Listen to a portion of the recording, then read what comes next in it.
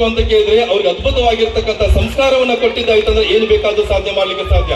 ಅದನ್ನ ನಮ್ಮ ಅವ್ವ ಮಾಡಿದ್ರು. ನಮ್ಮ ಅವ್ವ ಏನು ಮಾಡಿದಪ್ಪ ಅಂತ ಕೇಳಿದ್ರ, ಮೊದಲು ನಾನು ತಗೊಂಡು ಹೋಗಿ ನನ್ನ ಮಠದಾಗ ಬಿಟ್ರು. ಮಠದ ವಾತಾವರಣ, ಸ್ವಾಮಿಗಳ ವಾತಾವರಣ, ಸಿದ್ದೇಶ್ವರಪ್ಪಗಳ ಒಂದು ಸಂಸ್ಕಾರ ಹೆಂಗಿರ್ತೈತೆ ಅಂತ ಕೇಳಿದ್ರೆ, ನಾವು ಸತ್ರು ಸಹಿತ ನಮ್ಮ ಸಂಸ್ಕಾರ ಹಾಳಾಗೋದಿಲ್ಲ. ಅಷ್ಟು ಬಲಾಢ್ಯವಾಗಿರ್ತಕ್ಕಂಥ ಸಂಸ್ಕಾರ ಹೆಂಗಿರಬೇಕು ಮಕ್ಕಳು ಅಂತಕ್ಕಂಥದ್ದು. ಒಂದು ಉದಾಹರಣೆ, ಒಂದು ಕಥೆ ಹೇಳಿ ನಿಮ್ಗೆ ಮಾತನ್ನ ಮುಗಿಸ್ತೇನೆ. ಒಬ್ಬ ಅಪ್ಪ ಇದ್ದ, ಒಂದು ಮಗು ಇತ್ತು. ಅಪ್ಪ ತನ್ನ ಹೆಗಲ ಮೇಲೆ ತನ್ನ ಮಗನ ಕುಣಿಸ್ಕೊಂಡು ಜಾತ್ರೆಗೆ ಹೊಂಟಿದ್ದ. ಹೋಗ್ಬೇಕಾಗಿತ್ತಂತಂದ್ರ ಅಲ್ಲಿ ಬಾಳೆಹಣ್ಣು ಮಾರೋ ಒಬ್ಬ ಅಜ್ಜಿ ಇದ್ದಳು. ಹಿಂಗ್ ತಲೆ ಮ್ಯಾಗ ಹೊತ್ಕೊಂಡು ಬಾಳೆಹಣ್ಣು ಮಾರ್ಕೋತ ಹೊಂಟಿದ್ದು. ಅಪ್ಪನ ಹೆಗಲ ಮೇಲೆ ಮಗ ಕೂತಿದ್ದ.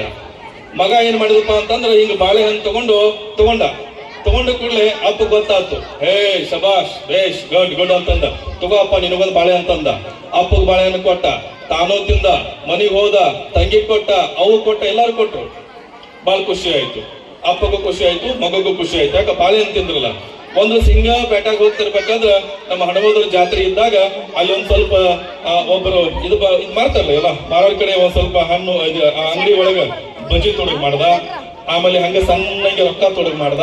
ಎಲ್ಲಾ ತೊಡಗ್ ಮಾಡ್ಕೋತ ಬಂದ್ ಹಂಗ ಅವ್ರ ಅಪ್ಪ ಕೊಡಾಕತ್ತ ಕೂಡ್ಲೆ ಅವ್ರ ಅಪ್ಪ ಬಹಳ ಖುಷಿ ಆಗಬೇಕು. ಬೇಷ್, ಶಬಾಷ್ ಮಗನ ಅಂತ ಅನ್ನಕತ್ತ. ಯಾಕ ಮನಿ ಖರ್ಚು ಹೊಂಟಿದ ಅಂತಾರ. ಮನಿ ಖರ್ಚು ಹೊಂಟಂಗ ಅಪ್ಪಗ ಖುಷಿ ಆಗಕತ್ತಿತ್ತು. ಮಗ ಹಂಗ ತಗೊಂಡು ಬಂದು ಕೊಡ್ತಿದ್ದ. ಕೊನೆಗೊಂದು ಏನಾಯ್ತಪ್ಪ ಅಂದ್ರ ಹಂಗ ಮಗ ಬೆಳ್ಕೊಂಡಂಗ ಬಾಳೆಕಾಯಿ ತುಡುಗ್ ಮಾಡಾವ, ಬಜಿ ತುಡುಗ್ ಮಾಡಾವ, ಅಂಗಡ್ಯಾಗ ರೊಕ್ಕ ತುಡುಗ್ ಮಾಡಾವ. ಮುಂದೊಂದು ರಾಮದುರ್ದಾಗ ದೊಡ್ಡ ಒಂದು ಬ್ಯಾಂಕ್ ಅನ್ನ ದರೋಡೆ ಮಾಡಿಬಿಟ್ಟ.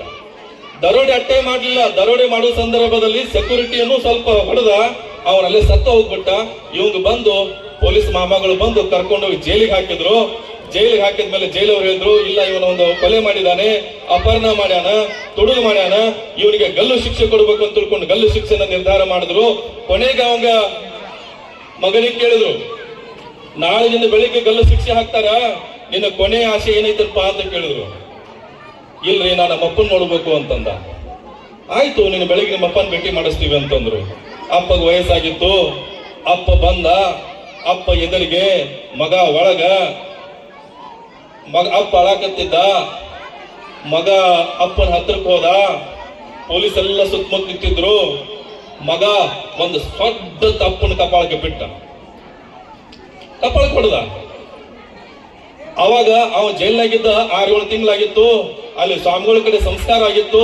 ಅವಾಗ ಮಗ ಇದ್ದವ ಅಪ್ಪಳಿಗೆ ಕೇಳಿದ, ಅಪ್ಪ ಅವತ್ತ ಬಾಳೆಹಣ್ಣು ತಗೊಂಡಾಗ ನಾನು ನೀ ಕಪಾಳಕ್ಕೆ ಹೊಡೆದಿದ್ದೆ ಅಂತಂದ್ರೆ ನಾನಿನ ಕಪಾಳಕ್ಕೆ ಹೊಡೋ ಬಾಳೆ ಬರ್ತಿರ್ಲಿಲ್ಲ.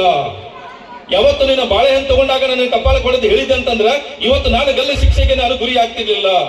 ಈ ಸಂಸ್ಕಾರವನ್ನ ಅಪ್ಪ ಆದವರು, ತಾಯಿ ಆದವರು ಮನೆಯೊಳಗ ಮೊದಲ ಕೊಟ್ರಪ್ಪ ಅಂತ ಕೇಳಿದ್ರೆ ನೀವ್ ಏನಾದ್ರೂ ನಿಮ್ಮ ಮಕ್ಕಳನ್ನ ಸಾಧಿಸ್ಲಿಕ್ಕೆ ಸಾಧ್ಯ.